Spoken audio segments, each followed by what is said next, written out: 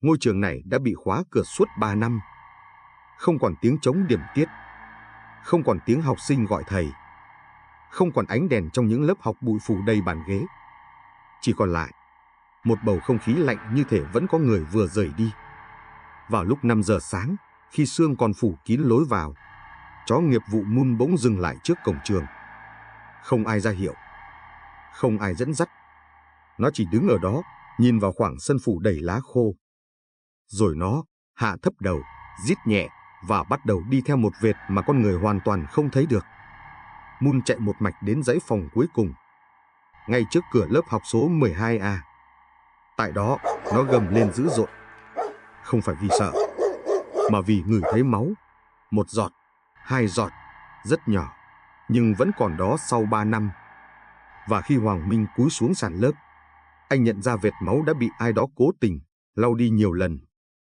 Một giáo viên mất tích, một ngôi trường bị bỏ hoang, và những giọt máu chưa biến mất. Từ khoảnh khắc đó, Hoàng Minh hiểu rất rõ. Người thầy kia đã không rời khỏi nơi này. Ông ấy vẫn đang ở đây theo một cách khác. Nếu bạn muốn biết chuyện gì thật sự đã xảy ra trong lớp học đó, và ai là người vẫn còn đang giấu một bí mật suốt 3 năm qua, hãy cùng theo dõi hồ sơ này với kênh Hồ Sơ Án. Bởi có những nơi, dù đã bỏ hoang, vẫn không thể chôn vùi được sự thật. Phần một lớp học khóa cửa. Cổng trường kêu lên một tiếng ken két khi Hoàng Minh đẩy vào. Bản lề hoen gì như thể đã lâu lắm không có người chạm tới. Bên trong, sân trường phủ đầy lá khô. Những hàng phượng giả đứng im lìm, trơ cành trong sương sớm. Không khí lạnh bất thường, dù mặt trời đã bắt đầu lên. Moon đi trước, mũi chạm sát mặt đất. Từng bước chân của nó chậm rãi nhưng rất chắc chắn. Không giống một cuộc tuần tra bình thường, mà giống như đang lần theo ký ức. Từ khi thầy giáo mất tích, chẳng ai dám vào đây nữa. Một người dân đi theo nói khẽ, giọng lạc đi giữa khoảng sân rộng. Hoàng Minh không đáp. Ánh mắt anh đặt vào dãy lớp học cũ, nơi các ô cửa kính vỡ tạo thành những cái hốc đen ngòm như mắt người. Moon bất chợt tăng tốc. Nó chạy thẳng về phía cuối dãy nhà B. Dừng lại trước một cánh cửa sắt, lớp 12A. Nó cúi đầu, ngửi rất lâu. Rồi gầm lên một tiếng trầm, lạnh, kéo dài. Hoàng Minh đeo găng tay, đẩy cửa lớp. Bên trong là mùi ẩm mốc, phấn viết bảng cũ hòa lẫn với gỗ mục. Những bàn học phủ đầy bụi, lệch lạc như vừa trải qua một cơn hỗn loạn nhỏ. Ánh đèn pin quét tới góc lớp và dừng lại. Dưới chân bàn giáo viên có một vệt sẫm màu dài không quá một gang tay, không lớn, không rõ hình, nhưng rất khác với bụi thông thường. Hoàng Minh quỳ xuống, dùng que thử, chạm nhẹ. Lớp bẩn bong ra. Bên dưới là màu đỏ thẫm đã ngả nâu. Moon đứng sát bên cạnh, đôi tai dựng thẳng, hơi thở nặng dần. Không còn nghi ngờ gì nữa. Đây chính là dấu máu đã bị lau đi. Hoàng Minh nhìn quanh lần nữa. Cửa sổ đúng sau bàn giáo viên mở hé. Gió lùa vào khẽ làm rèm cũ lay động, phát ra âm thanh như tiếng thì thầm. Bỗng anh để ý một chi tiết nhỏ. Trên bảng vẫn còn viết giờ một dòng phấn. Đừng quay lưng lại khi chỉ còn một mình. Câu chữ nguệch ngoạc như được viết trong vội vã, hoặc trong hoảng sợ. Một chiến sĩ phía sau khẽ hỏi. Có khi nào thầy ấy bị tấn công ở đây không anh? Hoàng Minh không trả lời ngay. Anh chỉ nhìn dòng chữ trên bảng, rồi nhìn xuống vệt máu, rồi nhìn Moon. Nó không rời mắt khỏi một điểm phía sau lớp học. Hoàng Minh quay lại theo hướng nhìn của Moon. Ở bức tường cuối lớp, có một tấm tủ gỗ lớn được đẩy sát vào, như để che đi một thứ gì đó phía sau. Anh tiến lại gần, đặt tay lên mặt tủ. Gỗ còn ấm. Giữa một căn phòng lạnh ngắt, Hoàng Minh nói rất khẽ, như nói với chính mình. Ai đó đã ở đây rất gần đây thôi. Moon gầm thấp, thân mình căng lên trong tư thế sẵn sàng bảo vệ. Và trong khoảnh khắc đó, Hoàng Minh hiểu một điều rất rõ. Ngôi trường này không hề bỏ hoang, chỉ là có người không muốn để bị nhìn thấy. Phần 2 căn phòng sau tủ gỗ. Mặt tủ gỗ cũ cọ vào nền gạch phát ra tiếng rít kéo dài, gai người. Hoàng Minh dồn lực đẩy mạnh hơn. Chiếc tủ dịch sang một bên, để lộ ra một khoảng tường nứt và một cánh cửa nhỏ bằng sắt, gần như được sơn trùng màu với vách lớp học. Nếu không có ánh đèn pin, và nếu không có ánh mắt của Moon, không ai biết nơi này tồn tại. Moon tiến sát lại, mũi chạm vào khe cửa. Nó hít sâu một hơi thật dài, rồi rít lên trong cổ họng. Không phải tiếng đe dọa, mà là cảnh báo. Hoàng Minh khẽ gật đầu với chiến sĩ phía sau, phá khóa, móc sắt bật tung sau cú nạy. Cánh cửa mở ra, kêu lên một tiếng cạch khô lạnh. Một luồng không khí nồng, nặng, trộn lẫn mùi ẩm mốc và kim loại xộc thẳng vào mặt. Bên trong là một căn phòng hẹp chỉ khoảng 6 mét vuông. Không cửa sổ, không ánh sáng tự nhiên. Giữa phòng có một chiếc ghế gỗ, dây thừng cũ buông lỏng hai bên tay vịn, và trên nền xi măng có vết lê dài như thể từng có vật nặng bị kéo ở đây. Moon bước vào trước tiên, không chần chừ. Nó đi một vòng, mũi già sát từng cm mặt đất, từng góc tường. Rồi nó dừng lại ngay tại chiếc ghế. Gầm một tiếng trầm, dài. Hoàng Minh soi đèn vào mặt ghế. Ở cạnh tay vịn có một vết khắc rất nhỏ. Một đường, rồi thêm một đường nữa, rồi thêm một đường nữa. Như người ta đang đếm ngày. 1, 2, 3, nhiều đến mức không thể đếm hết trong ánh đèn chập chờn. Anh khẽ nói, có người đã ngồi ở đây rất lâu. Chiến sĩ nuốt khan. Có phải thầy giáo bị giữ ở đây không anh? Hoàng Minh không trả lời. Anh chỉ cúi xuống, nhặt lên một vật nhỏ cạnh chân ghế. Một chiếc cúc áo, màu xanh nhạt, có in chìm logo của trường. Đúng là cúc áo của đồng phục giáo viên. Không còn nghi ngờ gì nữa. Đây không phải nơi ẩn nấp. Đây là nơi giam giữ. Moon bất chợt hướng tới bức tường cuối phòng. Nó dùng móng cào nhẹ, dẹt, dẹt. Hoàng Minh tiến lại gần, dùng tay gõ vào. Một âm thanh rỗng khác hẳn những chỗ còn lại. Có thêm phòng nữa, chiến sĩ thì thầm. Hoàng Minh nhìn Moon, lùi ra, một cú đập mạnh bằng báng súng. Bức tường mỏng vỡ ra một mảng. Phía sau, không phải phòng, là một cái hốc âm vào trong, được phủ bằng vải bạt. Hoàng Minh vén tấm bạt lên. Ánh đèn pin chiếu vào, và tất cả chết lặng. Một đôi kính gãy một bên gọng, một chiếc ví da cũ, và tấm thẻ công chức đã bạc màu. Tên trên thẻ: Nguyễn Quốc Hải, giáo viên mất tích 3 năm trước.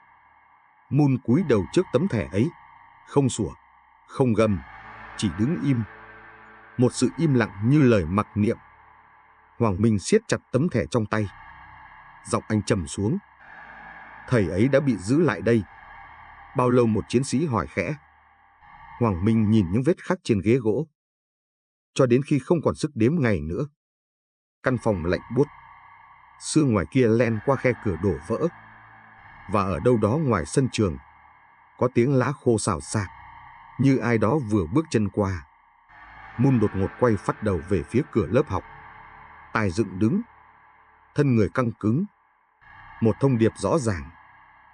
Không chỉ có quá khứ ở nơi này, có ai đó đang lắng nghe họ ngay bây giờ. Phần 3 kẻ vẫn quay lại ngôi trường vào ban đêm. Tiếng lá khô bên ngoài lớp học lại vang lên. Nhẹ, rất nhẹ. Nhưng trong không gian tĩnh lặng, nó rõ đến rợn người. Moon hướng thẳng về phía cửa, mắt khóa chặt. Một tiếng gầm thấp phát ra từ cổ họng cảnh báo. Hoàng Minh ra hiệu cho mọi người im lặng. Anh tắt bớt đèn pin, chỉ giữ một tia sáng yếu chiếu xuống sàn. Từng bước chân ngoài hành lang, cố tình nhẹ đi, nhưng không thể qua mặt một con chó nghiệp vụ. Cộp, cộp, tiếng giày ma sát với nền gạch vỡ. Có người ở đây. Không phải năm ngoái, không phải hôm qua, mà là ngay lúc này. Moon bỗng lao vụt ra khỏi phòng. Tiếng móng vuốt nó chạm nền gạch vang dội khắp hành lang. Đứng lại, Hoàng Minh quát lớn và lao theo. Bóng đen phía trước chạy về phía cầu thang cuối dãy nhà B. Ánh trăng hắt xuống, để lộ một dáng người đàn ông gầy, khoác áo tối màu, đầu đội mũ lưỡi chai. Hành lang bỏ hoang biến thành một đường hầm tối, dài, khả nghi. Moon bám sát rất gần. Gần đến mức Hoàng Minh nghe rõ hơi thở của nó khò khè trong không khí lạnh. Kẻ kia lao xuống sân sau, chạy về phía khu nhà vệ sinh cũ đã sập một nửa. Moon đuổi kịp và lao trúng mục tiêu. tiếng va mạnh vang lên. Tiếng người đàn ông ngã xuống, kêu lên đau đớn. Hoàng Minh ập tới, dùng đèn pin chiếu thẳng vào mặt hắn. Gương mặt lộ ra, không xa lạ, không lạ chút nào. Đó là ông Thành, giáo viên bảo vệ cũ của trường. Một người đã về hưu, người đã không còn liên quan tới ngôi trường này suốt 2 năm qua. Tại sao ông lại ở đây? Hoàng Minh quát. Ông ta run rẩy, ánh mắt nhìn Moon đầy sợ hãi, rồi quay sang nhìn Hoàng Minh. Tôi chỉ đến kiểm tra. Kiểm tra cái gì lúc 12 giờ đêm? Tôi lo bọn trẻ con vào phá. Hoàng Minh kéo tay áo ông ta lên. Trên cổ tay là vết xước mới. Đất vẫn còn dính dưới móng tay. Moon hít một hơi thật sâu, rồi gầm lên dữ dội hơn bao giờ hết.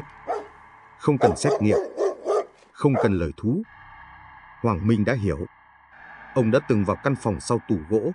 Nhiều lần, anh nói chậm, từng chữ như ép xuống mặt ông ta. Tôi không làm gì cả. Nhưng ông biết có người bị giữ ở đó. Hoàng Minh nói tiếp, và ông đã im lặng. Ông Thành sụp xuống nền gạch vỡ, đôi môi mấp máy. Nếu tôi nói ra, thì tôi cũng sẽ biến mất. Lời thú nhận lửng lơ đó giống một nhát dao không đâm thẳng, nhưng đủ sâu. Có một người khác, có một kẻ phía sau. Không phải ông ta, không phải thầy Hải, mà là kẻ đã âm thầm điều khiển mọi thứ suốt nhiều năm. Hoàng Minh còng tay ông Thành lại, nói gọn. Ông sẽ phải nói hết, tất cả. Moon vẫn đứng giữa sân trường, lưng dựng thẳng, hướng mũi về phía dãy lớp học phía đông. Như thể ở đó còn có một ánh mắt khác đang dõi theo. Ở tầng 2 của dãy nhà, một cánh cửa khép lại rất khẽ, cạch. Hoàng Minh ngẩng lên. Một bóng người vừa biến mất sau lớp kính mờ. Và anh biết chắc một điều. Đêm nay, không chỉ có một kẻ đang trốn trong ngôi trường này. Phần 4 người đàn ông trên tầng 2. Cánh cửa trên tầng 2 đã khép lại. Nhưng dư âm của nó vẫn còn đó, vang lên như một lời thách thức trong không khí đặc quánh của đêm. Hoàng Minh không rời mắt khỏi tầng trên. Bóng tối gần như nuốt trọn hành lang dài, chỉ còn vài ô kính vỡ phản chiếu ánh trăng nhợt nhạt. Giữ chặt ông ta, anh nói, không quay đầu lại. Moon đứng cạnh anh, toàn thân căng cứng. Đuôi không còn ve vẩy. Ánh mắt nó khóa chặt vào một điểm trên cao, như thể có thể nhìn xuyên qua bóng tối. Ở đó có người, chiến sĩ đi bên cạnh thì thầm. Không phải có thể, Hoàng Minh nói khẽ, là chắc chắn có. Anh bước vào khu cầu thang cũ. Từng bậc xi măng lún sâu, nứt gãy, phủ đầy bụi và lá mục. Bàn tay anh siết chặt khẩu súng. Tim đập đều, nhưng từng giác quan đã căng ra tối đa. Moon đi ngay phía sau. Không vượt lên, không tụt lại. Tầng 2 mở ra như một hành lang dài thăm thẳm. Những phòng học hai bên đều tối đen, cửa mở hé như những cái miệng không răng, sẵn sàng nuốt lấy bất cứ ai bước vào. Và rồi, một tiếng động phát ra từ phòng cuối dãy, cạch. Hoàng Minh xoay người, chĩa súng về phía đó. Ai ở trong đó? Ra ngay, im lặng, rồi tiếng thở nặng nhọc, rất gần. Gần đến mức anh có thể nghe rõ từng nhịp run rẩy. Tôi biết anh đang ở đây, Hoàng Minh nói lớn, không còn đường thoát đâu. Không trả lời. Bất ngờ, cánh cửa phòng bật mở mạnh. Một người đàn ông lao ra. Vóc dáng cao, gầy, tóc đã điểm bạc, áo sơ mi nhăn nhúm. Ông ta định lao xuống cầu thang. Nhưng Moon nhanh hơn. Nó phóng tới, chụp trúng cổ tay, ghì xuống nền. Không cắn sâu, chỉ đủ để chặn lại. Buông ra, người đàn ông hét lên. Hoàng Minh áp sát, lên đạn. Ông là ai? Và tại sao lại ở đây? Ánh đèn pin chiếu thẳng vào gương mặt người đó. Một gương mặt đã từng xuất hiện trong ký ức của nhiều người. Là phó hiệu trưởng cũ của trường ông Lâm. Người đã nghỉ công tác ngay sau khi thầy Hải mất tích. Tôi chỉ đến lấy lại một vài thứ thuộc về mình, ông ta nói, giọng run. 3 năm, Hoàng Minh đáp. Ông mất 3 năm để lấy lại đồ à? Ông Lâm nhìn vào Moon, rồi nhìn quanh hành lang, ánh mắt bắt đầu hoảng loạn. Các người không hiểu đâu. Vậy thì nói cho tôi hiểu. Hoàng Minh lạnh giọng. Căn phòng sau tủ gỗ, chiếc ghế, những vết khắc, máu trên sàn, ông biết hết. Ông Lâm lắc đầu, lùi lại trong tuyệt vọng. Ông ấy khiến tôi không còn lựa chọn. Ông ấy là ai? Hoàng Minh gằn từng chữ. Một giây im lặng đè nặng lên không khí. Rồi ông Lâm lý nhí. Thầy Hải phát hiện ra sổ sách của trường đã bị thay đổi. Tiền tài trợ không vào học sinh, mà đi vào túi của một số người, trong đó có tôi. Không khí như đông cứng. Và thay vì thú nhận, ông đã lựa chọn biến thầy ấy thành người biến mất. Hoàng Minh hỏi. Mồ hôi lăn dài trên trán ông Lâm. Tôi không định giết ông ấy, chỉ định dọa, nhưng ông ấy không chịu im lặng, ngày nào cũng đòi báo công an. Hoàng Minh siết tay. Vậy đêm đó, điều gì đã xảy ra? Ông Lâm nhắm mắt lại. Chúng tôi nhốt ông ấy ở căn phòng đó, tôi nghĩ chỉ vài ngày, nhưng rồi, ông ấy yếu dần, và ngừng lên tiếng. Không ai nói thêm lời nào. Mun buông tay ông ta ra, đứng yên, đôi tai cụp xuống. Không còn cơn giận dữ, chỉ là một sự buồn bã rất bản năng, rất con người. Hoàng Minh ra hiệu còng tay ông Lâm. Nhưng khi một chiến sĩ sắp tiến tới, một tiếng kính vỡ vang lên từ phòng phía sau. Choang, Mun quay phắt đầu. Lông dựng đứng trở lại. Hoàng Minh lao về phía âm thanh. Một ô cửa sổ vừa bị đập vỡ. Bên ngoài là bóng một người đang chạy xuống phía cổng sau trường. Không phải ông Lâm, không phải ông Thành, mà là kẻ thứ ba. Và rất có thể, kẻ đã làm điều tồi tệ nhất đêm hôm đó. Hoàng Minh nhìn theo bóng đen đang biến mất trong sương và nói rất khẽ. Vẫn còn một người nữa. Và Mun đã sẵn sàng lần theo hắn đến cùng. Phần 5 người không có tên trong hồ sơ nhà trường. Bóng đen vừa lao khỏi ô cửa vỡ đã biến mất sau rặng cây phía sau trường. Chỉ còn lại tiếng sỏi lạo xạo và những nhánh cây rung nhẹ trong gió. Mun không đợi lệnh. Nó phóng thẳng về phía lối ra sau, mũi hạ thấp sát mặt đất, hơi thở gấp gáp, rõ ràng đã bám được dấu vết. Đi theo, Hoàng Minh ra lệnh. Anh và 2 chiến sĩ lao xuống cầu thang, xuyên qua hành lang tối, vượt qua dãy nhà thể chất cũ và lao ra khu vườn hoang phía sau. Một con đường mòn từng là lối học sinh đi ra nhà xe, giờ phủ đầy cỏ dại. Mun chạy theo hướng đó, không chậm lấy một giây. Bất ngờ, nó dừng lại trước một căn nhà kho nhỏ, siêu vẹo, bị che khuất hoàn toàn bởi giàn leo và bụi gai. Cánh cửa khép hờ. Bên trong có ánh đèn. Hoàng Minh đưa tay ra hiệu mọi người tản ra hai bên. Anh đá nhẹ cánh cửa. Nó bật mở. Trong kho, một người đàn ông đang đứng quay lưng. Vai gồ, lưng còng, đang thu dọn một chiếc túi vải rất lớn. Đứng yên, Hoàng Minh nói rõ từng chữ. Bỏ túi xuống. Người đàn ông từ từ quay lại. Không giáo án, không sổ sách, không đồng phục. Chỉ là một người lạ mặt, chưa từng xuất hiện trong hồ sơ giáo viên, nhân viên hay bảo vệ của trường.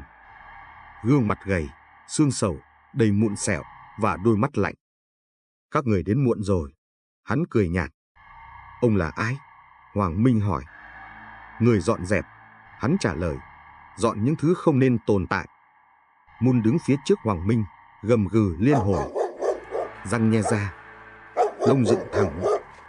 Đêm thầy Hải mất tích, ông ở đây đúng không? Giọng Hoàng Minh không cao, nhưng đặc quánh lại. Người đàn ông liếc sang phía dãy lớp học cũ. Ông ta lẽ ra có thể im lặng và sống tiếp cuộc đời mình, nhưng ông ta chọn làm anh hùng. Hắn cười lần nữa. Và những người làm anh hùng thường biến mất. Một câu nói thản nhiên, tới rợn người. Hoàng Minh chỉ tay về phía chiếc túi. Trong đó có gì? Những thứ mà người chết để lại. Hắn đáp thẳng.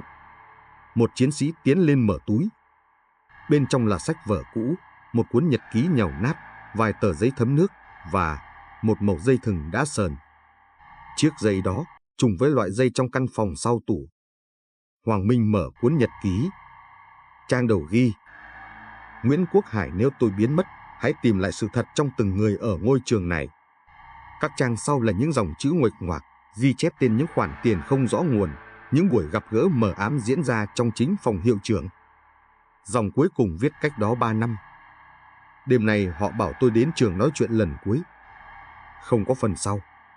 Mun tiến đến trước người đàn ông. Ánh mắt như muốn xé toạc lớp vỏ giả tạo kia. Ông đã làm gì với thầy Hải? Hoàng Minh hỏi lần cuối. Người đó nhìn thẳng vào mắt anh, chậm rãi đáp. Tôi chỉ làm điều mà ông Lâm và những người như ông ấy không dám làm. Kết thúc vấn đề. Không khí như ngừng thở. Một kẻ không có tên trong hồ sơ, nhưng là người trực tiếp ra tay. Không ai nói nữa. Chiếc còng bật ra, khóa vào cổ tay hắn. Ngay lúc đó, từ phía xa, ánh đèn xe cảnh sát bắt đầu ló dạng qua những hàng cây. Tiếng còi hú vang dội phá tan không khí tĩnh mịch suốt 3 năm qua. Moon ngước lên nhìn Hoàng Minh. Không còn gầm, không còn giận. Chỉ có một ánh nhìn bình thản như thể vừa hoàn thành sứ mệnh. Nhưng Hoàng Minh vẫn chưa hoàn toàn thả lòng. Anh nhìn lại dãy lớp học cũ một lần nữa, nơi những bí mật đã bị che kín quá lâu. Và anh hiểu, còn một điều cuối cùng, một mảnh ghép cuối cùng mà thầy Hải đã để lại, chưa được tìm thấy. Moon đột ngột quay người, nhìn thẳng về phía giếng nước cũ sau nhà thể chất. Một nơi không ai nhắc đến, một nơi không ai muốn nhớ. Phần 6 chiếc giếng không có nước. Giếng nước cũ nằm khuất sau nhà thể chất. Một vòng gạch phủ đầy rêu xanh, miệng giếng được che hờ bằng tấm ván mục đã cong vênh, dính đầy lá khô. Không ai nghĩ nơi này còn giá trị gì, ngoại trừ Moon. Nó tiến sát lại, đi vòng quanh miệng giếng 2 lần. Mũi dí xuống từng kẽ đá, từng vệt đất ẩm sót lại sau cơn mưa đêm trước. Rồi nó dừng hẳn, cúi đầu và sủa lên một tiếng dài, không dữ dội mà như báo hiệu. Hoàng Minh bước tới, nhìn xuống. Không có nước, chỉ có bóng tối và một mùi đất rất nặng, rất sâu. Dưới đó có gì? Một chiến sĩ hỏi khẽ. Hoàng Minh im lặng. Anh dùng đèn pin dọi xuống đáy. Một vật kim loại phản chiếu lại ánh sáng yếu ớt. Chỉ trong một khoảnh khắc ngắn ngủi, anh đã nhìn thấy rõ. Một mảnh ổ khóa cũ, còn dính bùn. Moon cào nhẹ vào thành giếng. Móng vuốt phát ra tiếng cạch, cạch, đều đều. Giống như khi nó phát hiện căn phòng bí mật. Hoàng Minh đứng thẳng dậy. Phong tỏa khu vực này, không ai được lại gần. Anh hiểu rất rõ. Kẻ đó đang nghĩ đây là nơi không ai để ý nữa. Một nơi mà mọi thứ sẽ biến mất cùng thời gian. Nhưng hắn không biết rằng chó nghiệp vụ không tìm bằng mắt. Nó tìm bằng ký ức của không gian. Một chiến sĩ kéo tấm ván ra để lộ toàn bộ miệng giếng. Gió từ dưới bốc lên lạnh bất thường. Không ai nói thêm điều gì. Chỉ riêng tiếng thở của Moon đều và sâu. Hoàng Minh nhìn quanh khu vực xung quanh giếng lần nữa. Và anh để ý một chi tiết rất quan trọng. Trên một thân cây nhỏ gần đó, có khắc một ký hiệu hình tam giác, tạm bợ nhưng rất rõ. Giống hệt ký hiệu được vẽ trên trang nhật ký cuối cùng của thầy Hải. Một sự trùng hợp không thể xem nhẹ. Đây không chỉ là nơi phi tang, Hoàng Minh nói thấp giọng. Đây là nơi đánh dấu. Cho cái gì ạ? Chiến sĩ hỏi. Hoàng Minh nhìn ký hiệu kia chăm chăm. Cho kết thúc. Ánh đèn xe cảnh sát phía xa giờ đã rõ hơn. Tiếng bước chân của lực lượng hỗ trợ vang lên đều đặn sau lưng họ. Một đội kỹ thuật pháp y được gọi tới. Hoàng Minh chụp lại ký hiệu trên thân cây, rồi nhìn xuống miệng giếng thêm lần nữa. Trong khoảnh khắc đó, anh biết sự thật nằm đủ sâu để chôn vùi một con người, nhưng không bao giờ đủ sâu để chôn vùi sự thật. Moon quay đầu nhìn anh. Ánh mắt của nó bình thản, không phải của một con vật vừa phát hiện ra điều ghê rợn, mà là của một người đồng đội đã đi đến đoạn cuối của hành trình. Và ở cách đó không xa, mặt trời đang bắt đầu nhú lên phía sau những tán cây, báo hiệu một điều rất rõ ràng. Đêm đã hết, và sự thật sắp được kéo lên ánh sáng. Phần 7 đều bị chôn dưới lớp ký ức. Khi ánh sáng đầu tiên của bình minh chạm tới miệng giếng cũ, không khí quanh khu vực này bỗng trở nên nặng nề lạ thường. Những người lính kỹ thuật làm việc trong im lặng. Từng động tác cẩn trọng, từng ánh mắt nghiêm nghị. Không phải vì sợ, mà vì tôn trọng. Tôn trọng một con người đã bị chôn vùi quá lâu bởi lòng tham và sự im lặng. Hoàng Minh đứng cách đó vài bước, không nói gì. Trong đầu anh hiện lên từng chi tiết của vụ việc. Căn phòng giấu sau tủ gỗ, chiếc ghế với những vết khắc ngày tháng, cuốn nhật ký nhàu nát, ký hiệu bí ẩn trên thân cây. Tất cả không phải là ngẫu nhiên. Đó là dấu vết cuối cùng mà người thầy ấy để lại. Phòng khi có một ai đó đủ kiên nhẫn và đủ dũng cảm để lần theo. Hoàng Minh mở lại cuốn nhật ký, lật đến trang áp chót trang mà trước đó anh chưa chú ý kỹ. Dưới lớp chữ viết nguệch ngoạc là một dòng nhỏ hơn, viết rất cẩn thận. Nếu tôi không còn ở đây, hãy nhớ rằng sự thật không nằm trong hồ sơ mà nằm trong lòng người ở lại. Anh nhìn lên phía khu nhà giáo viên cũ, nơi từng có tiếng cười, từng có những buổi họp, những giờ giảng bài tưởng như rất bình thường. Và có những con người đã chọn quay lưng trước cái sai. Ngoại trừ một người đã chấp nhận đánh đổi cả sự an toàn của bản thân để bảo vệ lẽ phải. Tiếng bước chân nhỏ vang lên cạnh anh. Một cựu học sinh của trường, giờ đã là giáo viên nơi khác, được mời tới nhận diện đồ vật. Cô nhìn chiếc kính vỡ bên gọng, nghẹn lại. Đây là của thầy Hải, thầy dạy văn cho chúng tôi. Thầy sống rất hiền, chỉ có điều thầy không bao giờ chấp nhận gian dối. Hoàng Minh khẽ gật đầu. Cái giá của sự không chấp nhận gian dối đôi khi rất lớn. Moon nằm xuống cạnh anh, không còn căng thẳng, không còn đề phòng. Con chó nghiệp vụ ấy chỉ lặng lẽ nhìn về phía sân trường đầy nắng mới, nơi tiếng trẻ con từng vang lên và sẽ còn vang lên nữa trong tương lai. Một chiến sĩ tiến lại. Thủ tục đã xong, anh Minh. Anh ngước nhìn bầu trời trong vắt sau cơn sương đêm dài. Một cảm giác nhẹ nhõm, nhưng không phải là vui, mà là kết thúc một điều dang dở. Anh cúi xuống xoa đầu Moon khẽ khẽ. Em làm tốt lắm. Moon khẽ thở ra, nhắm mắt lại trong giây lát. Một khoảnh khắc yên bình hiếm hoi giữa những vụ việc nặng nề. Nhưng Hoàng Minh biết, vẫn còn một phần cuối phải hoàn thành. Không phải cho pháp luật, mà là cho một người đã từng đứng trên bục giảng, tin rằng sự thật sẽ luôn có ngày được trả lại đúng vị trí của nó.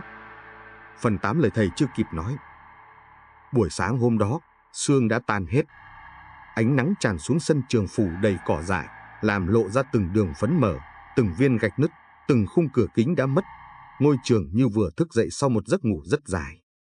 Hoàng Minh đứng trước lớp 12A thêm một lần nữa. Không còn cảm giác rùng mình như lúc mới bước vào. Chỉ còn lại sự trống trải rất thật. Trống như chiếc bàn giáo viên bị bụi bám dày. Trống như những hàng ghế đã từng đầy ắp học sinh. Một chiến sĩ đưa cho anh một túi niêm phong. Bên trong là cuốn nhật ký của thầy Hải đã được làm sạch và bảo quản lại. Hoàng Minh mở ra trang cuối cùng, nơi đã nhòe đi vì nước và thời gian. Chỉ còn nhìn được vài chữ rất mờ, nhưng vẫn nhận ra. Nếu ai đó đọc được lời này, xin hãy nói với học trò tôi rằng thầy không hối hận vì đã chọn sự thật. Không có thêm dòng nào nữa. Nhưng chừng đó cũng đã đủ. Hoàng Minh khép cuốn nhật ký lại. Anh nhìn quanh ngôi trường lần cuối không phải bằng ánh mắt của một điều tra viên, mà là bằng ánh mắt của một người chứng kiến một câu chuyện đã hoàn tất. Moon đứng cạnh anh, đôi tai cụp xuống, mũi hướng về phía cổng trường. Không còn cảnh giác, không còn truy đuổi, chỉ có yên bình. Đi thôi, Moon, anh nói khẽ. Những bước chân rời khỏi cổng trường vang lên trên lớp lá khô. Lần này không phải là hành trình đi vào bóng tối, mà là hành trình bước ra ánh sáng. Phía sau họ, cánh cổng sắt cũ khẽ khép lại dưới làn gió nhẹ, nhưng không tạo ra âm thanh rợn người nữa. Chỉ là một cái khép lại, rất chậm, rất thanh thản, như một lời tạm biệt dành cho người thầy đã không còn. Một bản án đã được đưa ra. Những kẻ sai đã phải đối diện với sự thật. Và công lý, cuối cùng, cũng đã trở về đúng chỗ của nó. Moon ngẩng đầu, nhìn bầu trời trong xanh. Ánh nắng phản chiếu trên bộ lông đen vàng của nó, lấp lánh như chính hành trình mà nó vừa đi qua. Hoàng Minh hiểu rằng, không phải mọi vụ án đều có tiếng súng. Không phải mọi cuộc đối đầu đều cần bạo lực.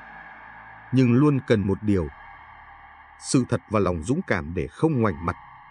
Nếu bạn tin rằng công lý luôn có con đường của nó, dù chậm, dù bị chôn vùi, dù bị lãng quên, hãy tiếp tục đồng hành cùng kênh Hồ Sơ Án để lắng nghe thêm những vụ việc tưởng đã ngủ yên, nhưng sự thật vẫn đang chờ được kể lại.